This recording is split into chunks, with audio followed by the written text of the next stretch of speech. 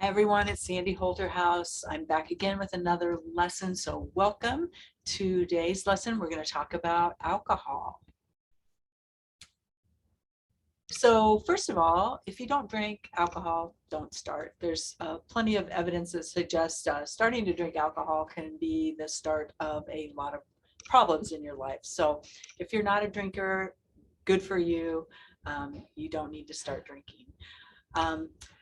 If you are a drinker, social drinker, we would like to see men limit their intake to 2 drinks a day or less, and women limit that intake to 1 drink a day or less. And people often think that this is because women have smaller bodies than men, so that they are more prone to having influence to alcohol at their lower weight. But it's actually because women process alcohol differently than men in our body. We lack an enzyme that helps you to process alcohol as well as men. So that's why the lower amounts of alcohol for the recommendation for women. So 1 drink equals 4 to 5 ounces of wine. I say that because most places you're going to see 5 ounces of wine, but the NIH, the National Institutes of Health, does only recommend 4 ounces for a serving.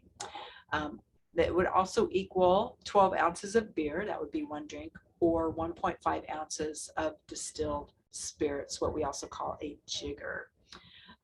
So the problem with drinking over these recommendations, it increases inflammation in the body, which does contribute again to high blood pressure, heart disease, and also can contribute to high blood sugars as well. So it can be very dangerous to get too much alcohol.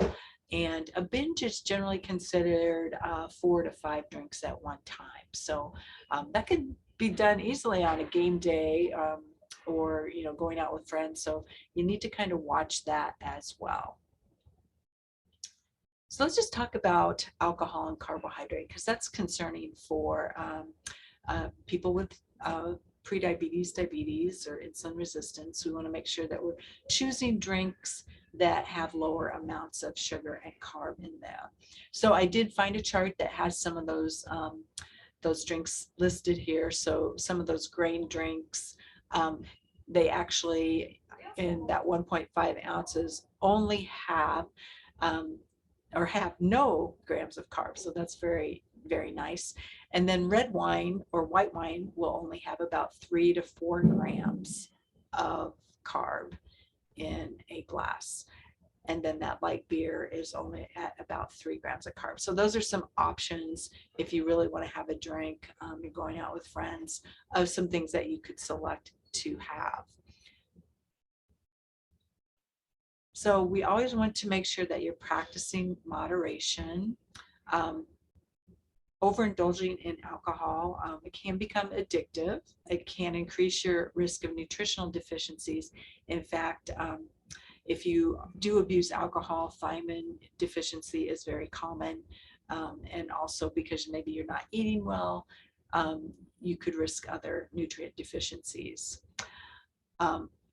Alcohol also suppresses our fat burning, and that takes place in the liver, and that will increase that body fat by storing extra calories as fat tissue in your body. So that's one of the things we talk about when we talk about the freshman 15, or a person all of a sudden going maybe from a lot of activity to lower activity, and then adding a lot of alcohol in that diet.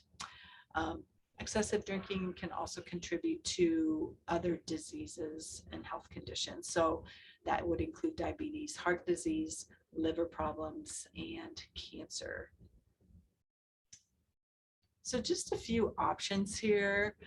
If you are looking for some lower calorie alcoholic options, these could be some things that you choose. So light beer, definitely. If you like to go out and have a margarita, you might choose a mojito instead. Generally about 1/3 the calories in a mojito as in a margarita. Choosing red wine, that's healthier for you as well. A vodka soda, so adding soda in with your drink, just with 0 calories is an option. Champagne is fairly low in sugar, kind of like a white wine, or there's now ultra brut champagne, and those have even less sugar in them. A whiskey on the rocks, a Bloody Mary, or a Paloma. And I did put the recipe here for a Paloma, which can be slightly sweet if you add about 2 ounces of like the ruby red grapefruit to 1.5 ounces of tequila. I put in a splash of lime juice, some club soda, and that comes out at about 90 calories or 5 grams of carbohydrates. So that could be a drink that could be sipped and enjoyed as well. So hopefully this helps a little bit on helping you to make some good choices with the drinks that you decide to have. And I appreciate you watching, and I will talk to you again soon. Thank you.